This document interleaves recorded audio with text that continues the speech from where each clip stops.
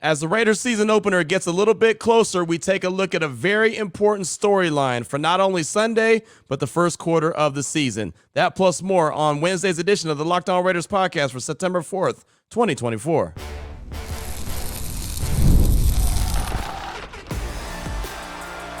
You are Locked On Raiders, your daily Las Vegas Raiders podcast. Part of the Locked On Podcast Network, your team every day.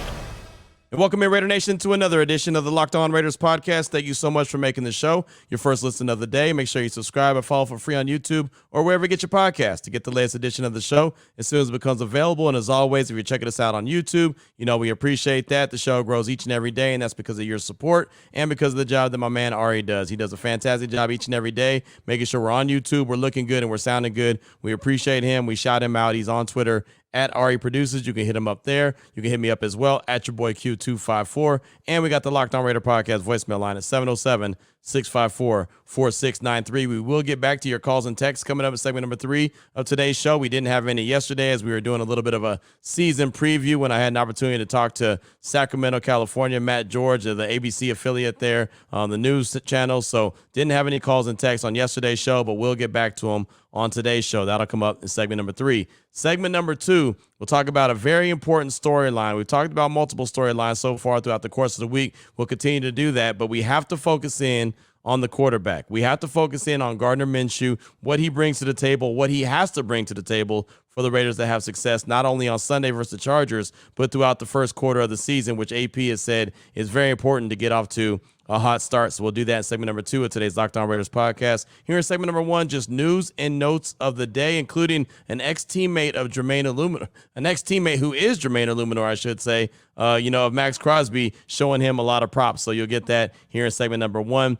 We'll do that after I tell you about the title sponsor of the show, which is FanDuel. Now through September 22nd, all FanDuel customers can bet $5 and get a 3-week free trial of NFL Sunday Ticket from YouTube TV and YouTube.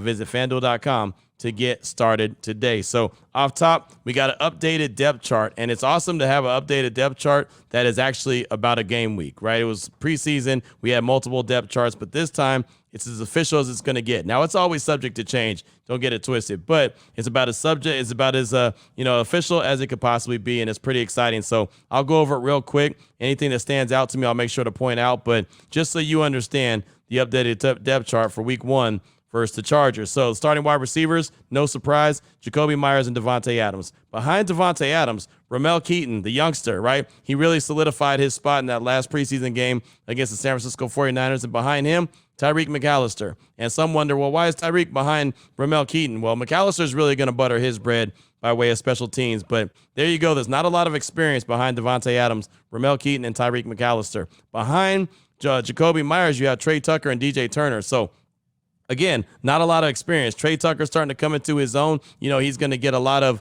the looks when it comes to 3 wide receiver sets and, of course, a lot out of the slot as well. He'll be the deep threat, but not a lot of experience at the wide receiver position outside of Davante Adams and Jakobi Meyers, period. You've got Ramel Keaton, Tyreek McAllister. You've got Trey Tucker and DJ Turner. And that's it for the wide receivers. So we've talked about depth and lack of depth that the Raiders really have. That's a lot of youth behind Davante and Jakobi Meyers. So you have to hope that your frontline guys stay as healthy as possible throughout the course of the season, because if not, you're relying on some young dudes to get it done. As far as the offensive line goes, left to right, left tackle Colton Miller, Scott Andrews Pete behind him. Left guard Cody Whitehair with the rookie Jackson Powers Johnson behind him. Andre James there at the center spot. Right guard, you got Dylan Parham and Jordan Meredith behind him. And then the right tackle spot, Thayer Munford gets the start. DJ Glaze right behind him. And that's a position that I definitely pay attention to. See what happens if Thayer Munford could hold off DJ Glaze. What I've learned about DJ Glaze throughout the course of training camp and also the preseason,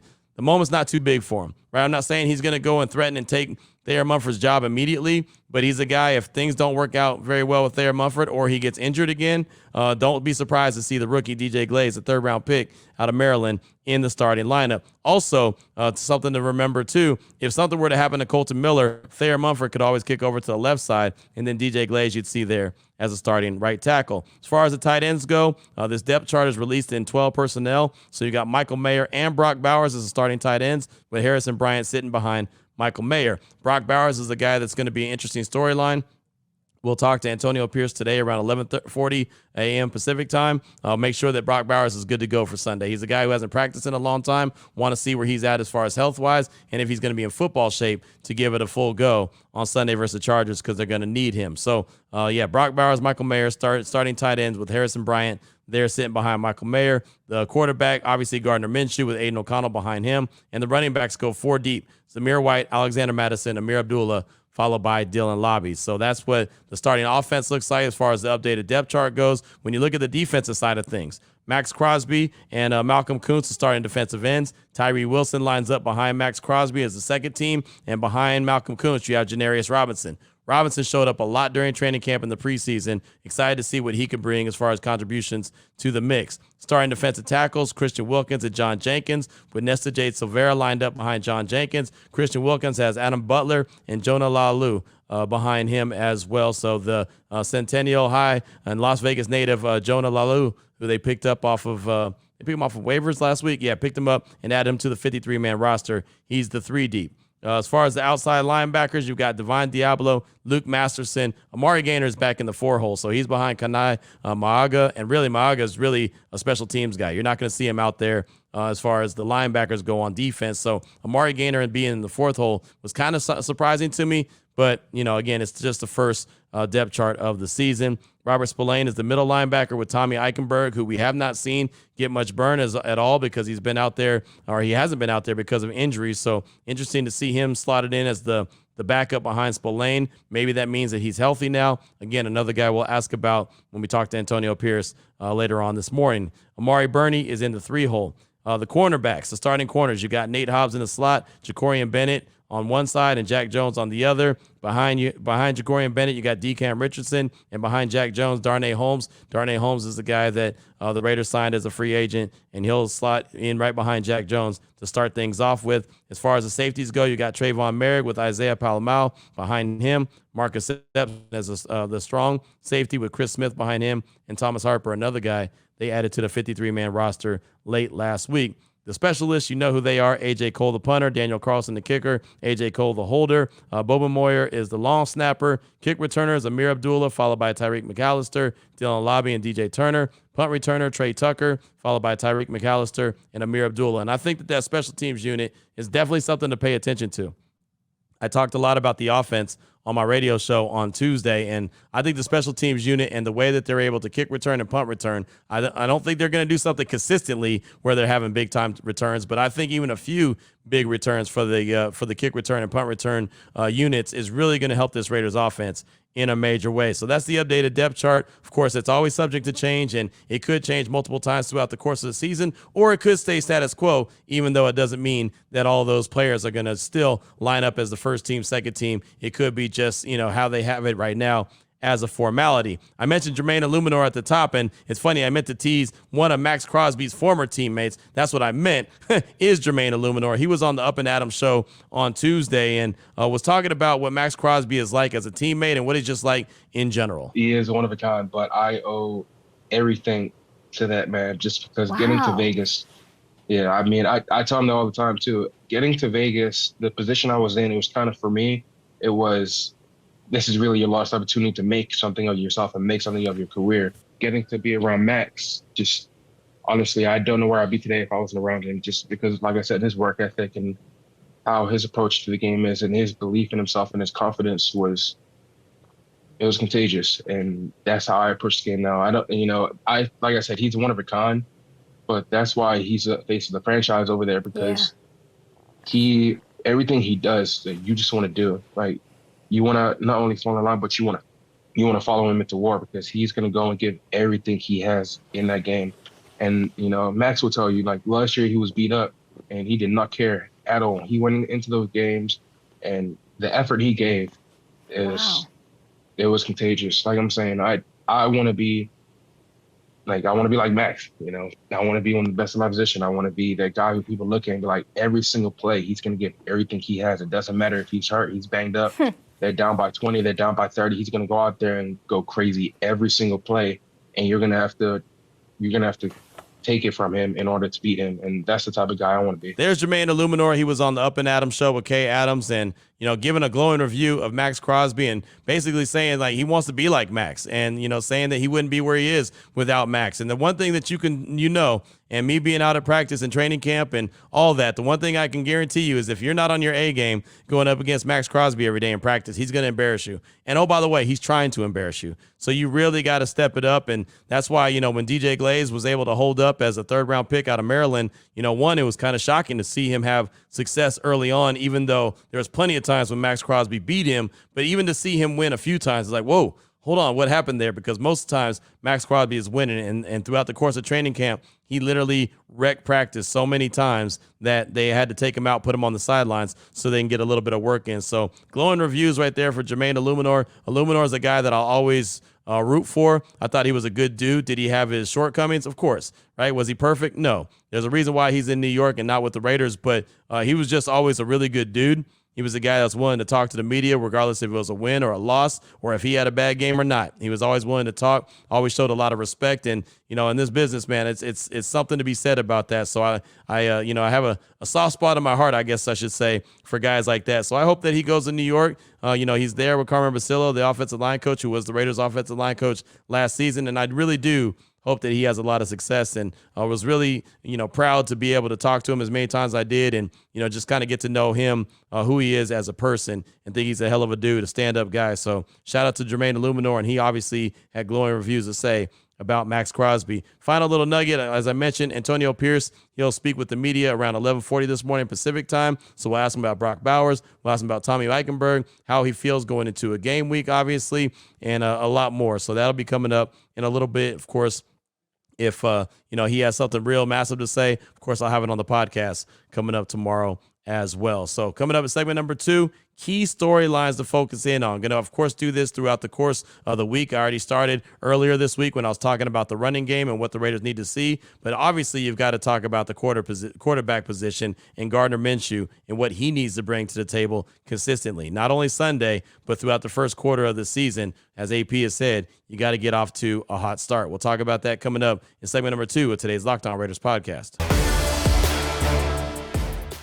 Before we get to that, though, I do want to tell you about the title sponsor of the show, which is FanDuel. And you've heard me talk a lot about FanDuel. It is America's #1 sportsbook. Well, they have something a little different for you right now through September 22nd. All FanDuel customers can bet $5 and get a 3-week free trial of NFL Sunday Ticket from YouTube and YouTube TV. Then, with a YouTube TV base plan, you'll be able to watch every single regular season Sunday out-of-market game. All you need is a Google account and a current form of payment, and you can cancel anytime. If you want to see all the Raider games, you can do that. If you want to see any team play all the time, maybe you're intrigued by the Chicago Bears because you want to see Caleb Williams, or maybe you want to see Jaden Daniels in DC. Whatever team it is, whatever game it is, you can check out. All you have to do is have that YouTube TV base plan and, of course, make that $5 bet. You'll get that 3-week free trial of NFL Sunday Ticket from YouTube and YouTube TV. Just visit FanDuel.com, download America's #1 sportsbook. All right, Raider Nation, here we go. Segment number 2 of today's Locked On Raiders podcast. Time to jump into another key storyline that we'll be focusing on not only this week against the Chargers for the Raiders, but also throughout the course of the first quarter of the season. And I say first quarter, it's really throughout the course of the season, but we're really taking a focus in on the first quarter because Antonio Pierce has said that the Raiders need to get off to a hot start, not only in games, but the first quarter. You can't be trying to climb yourself out of a hole. And we know that the first quarter is going to be challenging, and starting with this Sunday against the Chargers on the road, the Ravens on the road after that. Then you return home for the Carolina Panthers and the Cleveland Browns. So you know that 3 out of those 4 teams should have really good defenses, and Carolina is still a team that I don't think is very good. But at the end of the day, it's tough to win games in the NFL, right? These teams are also looking at the Raiders and saying, yeah, I don't think they're very good, right? It's funny that, and it's sometimes you just have to say that out loud, right? I mean, I'll look at certain teams and say, yeah, they're not very good. I think the Raiders should get a W.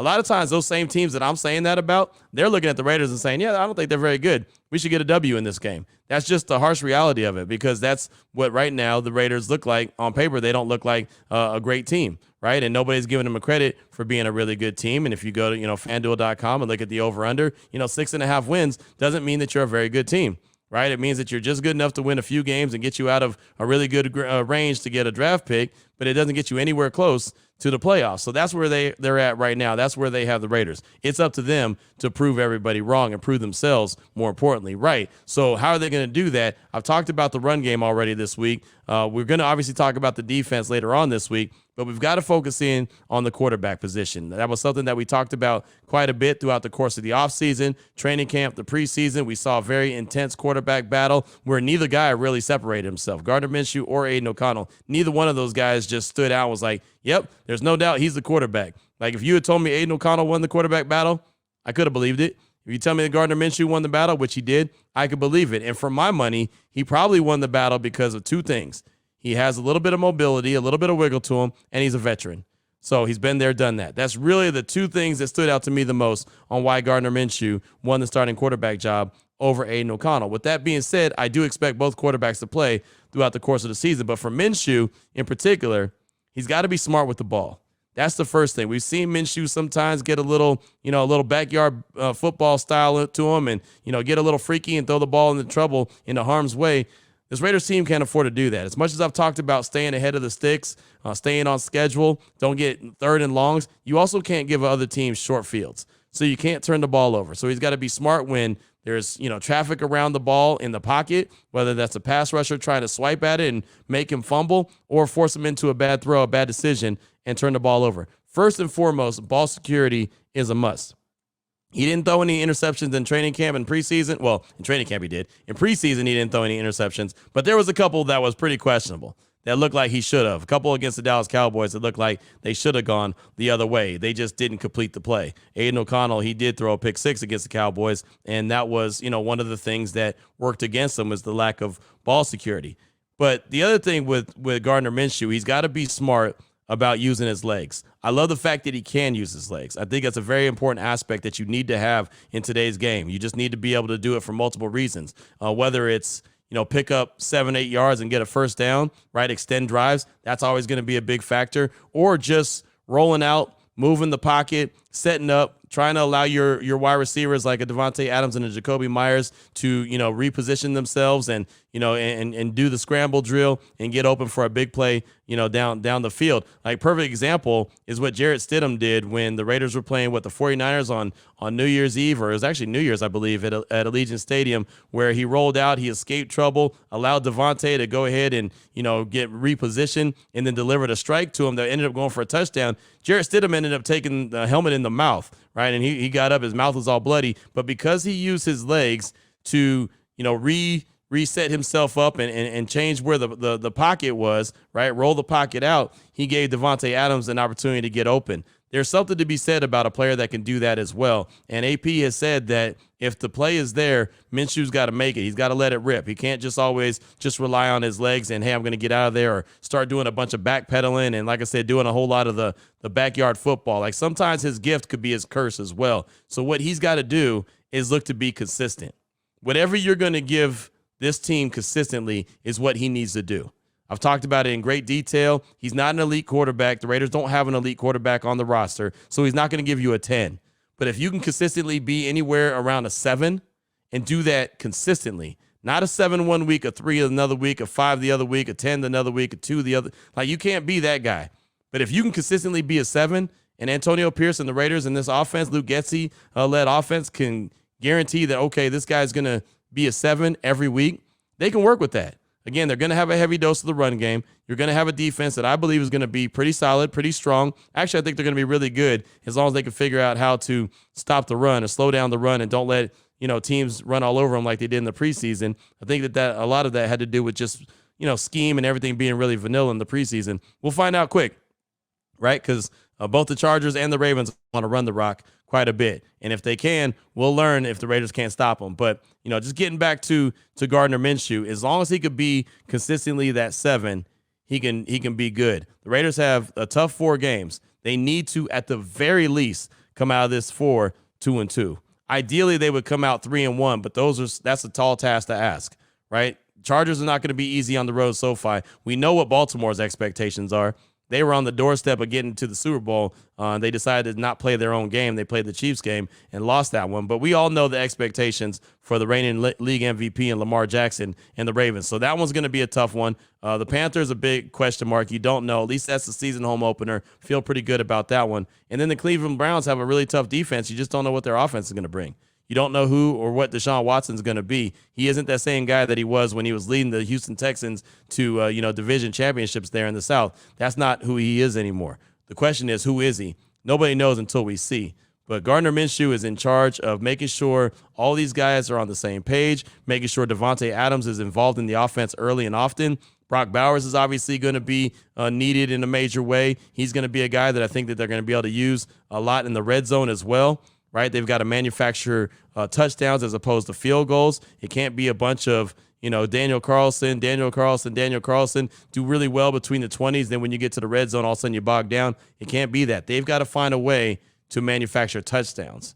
They've got to do, and I talked about this on my radio show on Tuesday, they scored 19 points a game in 2023. That's not enough. They need to find a way to score 24 points per game. And the question I had thrown out there to Raider Nation on my radio show was, did they do enough? Has that offense improved enough to get 4 or 5 more points per game? If so, things will be good. If not, it could be a long season. They've got to score more than 19 points per game. They've got to be closer to 24 than they are to 20. It's just that simple. Can Gardner Minshew, can he get that going? With the combination of the run game, Davante Adams, Jacoby Myers, Brock Bowers, Trey Tucker, right? I mean, those got Michael Mayer. Let's not forget about him. Those guys are all big-time weapons. The offensive line has got to be solid.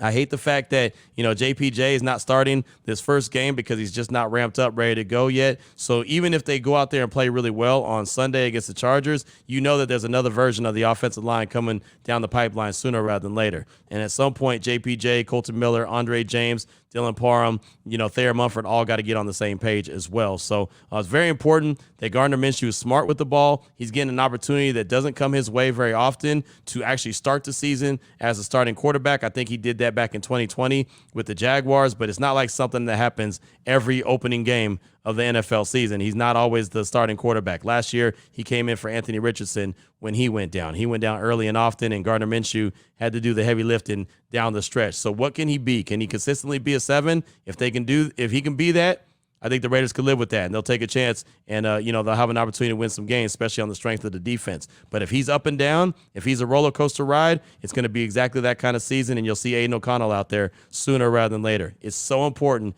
to have solid, consistent quarterback play from Gardner Minshew. These first 4 games are going to tell you a ton about the Raiders. These first 4 games, the way that they're using Davante Adams, it's going to tell you a lot about him and how he's feeling about this team moving forward. And I do believe if these first 4 games don't go well, we'll hear a lot of rumblings about Davante Adams. I'll just throw it out there to you like that. But what are your thoughts on the quarterback play? What are your thoughts on Gardner Minshew? What do you want to expect to see from him, not only Sunday versus the Chargers, but throughout the first quarter of the season, the first 4 games, the Chargers, the Ravens, the Panthers, and the Browns? 707-654-4693. That's the Locked On Raider podcast voicemail line. Your calls and texts are coming up in segment number 3 of today's Locked On Raiders podcast. Before I get to that, though, I do want to tell you about eBay Motors. It's passion, drive, and patience. That's the formula for winning championships. It's also what keeps your ride or die alive. eBay Motors has everything you need to maintain your vehicle and level it up to peak performance. Everything from superchargers to roof racks, exhaust kits, LED headlights, and more. Whether you're into speed, power, or style, eBay Motors has you covered. With over 122 million parts for your number one ride or die, you'll always find exactly what you're looking for. And with eBay Guaranteed Fit, your part is guaranteed to fit your ride every time or your money back. With eBay Motors, you're burning rubber, not cash. With all the parts you need at the prices you want, it's easy to make your car the MVP and bring home huge wins. Keep your ride or die alive at ebaymotors.com. Eligible items only. Exclusions apply. eBay Guaranteed Fit only available to U.S. customers. Here we go, Raider Nation. Segment number 3 of today's Locked On Raiders podcast. Your calls and texts off that Locked On Raider podcast voicemail line, 707-654-4693. Let's start things off with a call from Speedy in the 530. That's Live Oak, Cali. He's calling to talk about who he believes is going to be the big-time playmaker for the Raiders this season, and also tells you the story of how he became a Raiders fan. Here he is, Speedy in the 530. Thank you. This is Speedy 530 from Live Oak, California. Better County. You know who's going to ball out this year? Malcolm Kuntz, and I'll tell you why. I don't know if you were there at practice when Derek Carr was there. So what was this, 2021? When Josh McDaniels came to the team.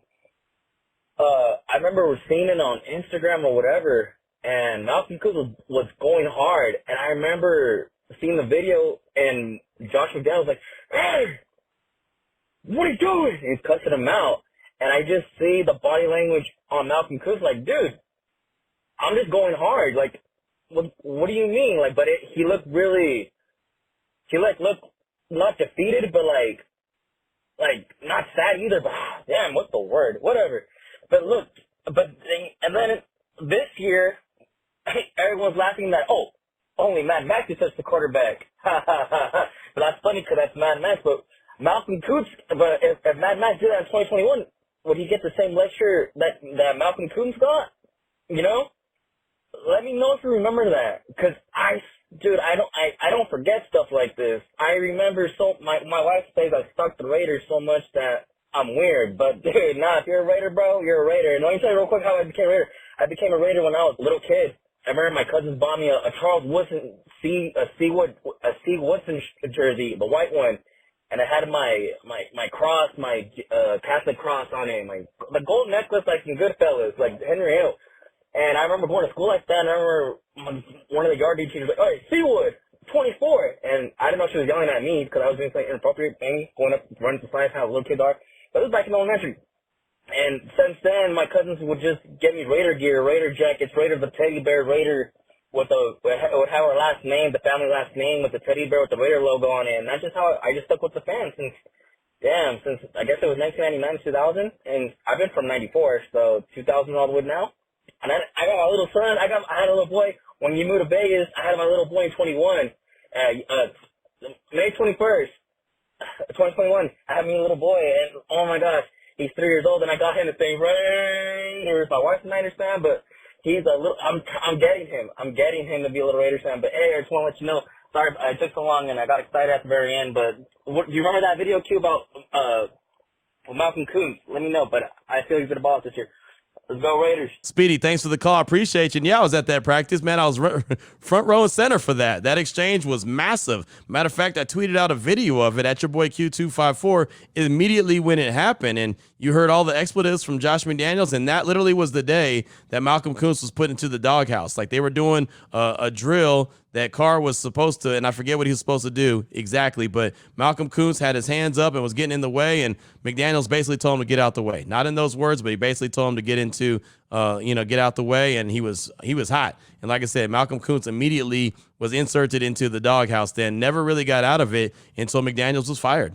Right? I mean, simple as that. And then, matter of fact, AP said November 1st when he took over, Malcolm Kuntz is going to be a big player for this role. He's been walking around with his head down because he didn't know what his role was on this team. Like I said, man, he fell into a dark hole when he had that day. Yeah, I remember that like it was up close and personal. I believe Cassie Soto from the Las Vegas Review-Journal, she used to work there, and myself, we tweeted out videos immediately of what happened with Coach McDaniels, Malcolm Kuntz, and Derek Carr on that. So, yeah, I remember that. Like that was yesterday. And I do believe, and I've said it for a while, I think he's going to be in for a big season. That's why I said that I think that the Raiders should go ahead and sign him to a contract extension now.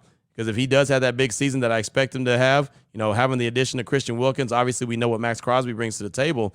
He's going to be looking for an arm and a leg as far as a contract extension. That's some big-time money right there. So I wouldn't be mad if Tom Telesco and the Raiders decided to go ahead and extend him now. But, yeah, there's no doubt in my mind he's in for a big-time season. So, yeah, thanks for the call. Also, congratulations on your baby boy. Cool story about becoming a Raiders fan as well. Speedy, thanks for the call. Appreciate you. Up next, got a text from Walt in Modesto. It's a short one. It says, "Hey, Q, it's Walt Modesto about the Black Friday game. The NFL doesn't want to make that officially the Raiders game every year, which is what it would become if they started in Vegas. A winning season this year, beating the Chiefs, is how we can make it ours. You do a wonderful job, man. Thank you. No excuses. Just win." That's Walt in Modesto. And, yeah, it's funny, man. I just think it makes too much sense, right? I mean, I've never claimed to be the smartest dude in the world, but, you got a stadium with a team that, was the original team that was wearing black. The silver and black obviously is all about the Raiders. They literally play in a black stadium right? I mean, look, we talk about winning. The Lions weren't winning for years, and they had Thanksgiving on lock, right? They were every year. You knew that was their Super Bowl. Really, was Thanksgiving. Them and the Cowboys always played on Thanksgiving. I don't understand why the Raiders can't have a Black Friday game. It only makes sense. But as you said, apparently the NFL doesn't want that. 1 year that they'll do it, and then they'll see how much it makes sense. I mean, again, they got the Black Friday game going on at Arrowhead this year, and it's an all red stadium. Like what? None of that screams Black Friday, but okay. Last year, the excuse was, well, they want to have Black Friday in a big market like New York. So that's why they had the Jets and the Dolphins. And obviously that turned out to be a terrible game because Aaron Rodgers wasn't there. So, okay, like Vegas, you don't spend money in Vegas. I don't know. Like I said, I don't want to get on my soapbox because I could talk about that for hours. But, you make sense. Thanks for your text, my man. I definitely appreciate you. Up next, got a call from the Drifter. He's calling out of Oakland, California, talking about the quarterback position in Vegas and how that can affect Devontae Adams moving forward. Here he is, the Drifter. Yo, what's up, Q? It's your boy, the Drifter. You probably, I know you get a lot of messages and everything like that. I hope you hear mine and take into consideration. I've been talking about this QB situation for a long time on my YouTube. You feel me? Like the other Raider fans. And they thinking that AOC is the answer, but they're like, Raiders. If the Raiders rocking with them, then I'm rocking with them too. But here's the thing, bro, we brought in Devontae Adams, for Derek Carr. I'm talking about what you're talking about today on the 3rd of September, which is today. My thing is, how y'all think Devontae feels about what's going on, and he's supposed to be having a say on what quarterback he wants, and he can't even get what he gets? In my opinion, I feel like, he might be bought in like you said, but I feel like he's wasting his time at the same time too. Not to say it like that, but I'm a Raider till I die. But I do sense some BS going on, and at the end of the day, we do not have our franchise quarterback, and I would like for you to just push on that a little bit more, like you've been doing. But I feel like a lot of Raider fans are not hearing you, they're believing in Gardner Minshew and they're believing in AOC. Man, they thinking that because Rich Gannon was a late pick or whatever, or he started here and then started there, then he'll blossom. We're not looking for no Rich Gannon. We're not looking for what we had in the past. We're looking for somebody new. Somebody that's really going to take the world by storm and have their own kind of play style type ish. You know what I mean? So, I hope ish isn't a bad word, but I hope you hear what I'm trying to say. We need that guy. And Jaden Daniels was the guy. We just couldn't get him. It is what it is. CJ Stroud was the guy. We chose not to get him. So I just hope whatever happens this season, I hope that we do the right thing and try to find our quarterbacks. All right, Q. I'm from Oakland. Peace out, man. Drifter, thanks so much for the call. And yeah, man, look, I honestly think that the reality is the Raiders do not have their franchise quarterback. I really don't. Obviously am going to pull for Gardner Minshew. I'm going to support Aiden O'Connell. I want both guys to be very successful. Both guys have proven that they can win in the league. But when it comes to being, the upper echelon as far as quarterback talent, I don't think it's there. Right. And I thought that Aiden O'Connell really had an opportunity to show how much better he's gotten and how much improved he is. And I thought we were going to see that during training camp in the preseason. And when we never did see it, when it was a lot of what we saw last year, a lot of holding on to the ball too long, a lot of inconsistencies with his throw, to me, that just kind of said, okay, this guy is good, decent, but nothing that screams franchise quarterback. And we know who Gardner Minshew is. And I'm with you on the whole Rich Gannon comparisons. I thought Rich Gannon was good for a lot of years, even well before he's landed with the Raiders. I just thought Kansas City was silly when they always had Elvis Gearback out there instead of Rich Gannon. But that's just me. I just think that the Raiders definitely need to find their franchise quarterback. And no matter what happens this season, they can make the playoffs and still look to upgrade that position. Right? Look, that's what the Chiefs did. They had Alex Smith who was consistently getting them into the playoffs, and they realized at some stage of the game they needed to improve that position. So I don't think that there's a problem. with the Raiders, going in a direction to go get another franchise quarterback, because I don't think that they have it. As far as the guys that you mentioned, Jaden Daniels was obviously the one that they were looking at this year because of the relationship with AP, and Washington wasn't moving off that number 2 spot. There was no way the Raiders were going to get from 13 to 2. As much as I wanted that to happen, it just wasn't going to happen. C.J. Stroud, I do have to contradict what you said. C.J. Stroud was never the guy. He was never the guy. I know there's reports out there that say he was. He was never the guy. I know for a matter of fact, if they had traded up the year C.J. Stroud was in the mix, it was going to be for Bryce Young.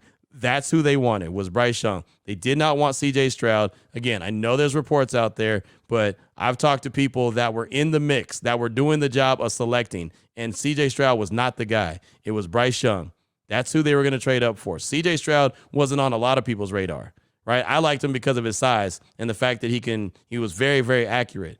But Bryce Young was a guy that everyone thought was a no doubt about it, the star quarterback, and that's who the Raiders wanted. That is who they were going to trade up for, was Bryce Young, not C.J. Stroud. But again, I'm just telling you and coming from a place of knowing exactly what was going down in that position. But thanks so much for your call, and obviously at some point they got to find their franchise guy.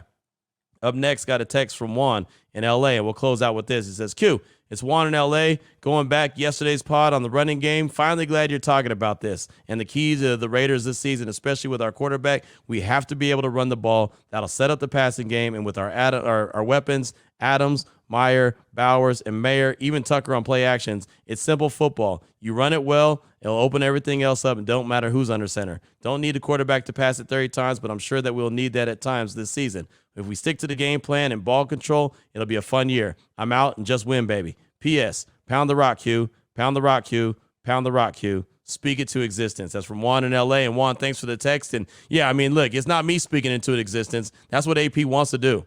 AP wants to do because it's effective. And AP wants to do it because it's a big part of this Raiders offense.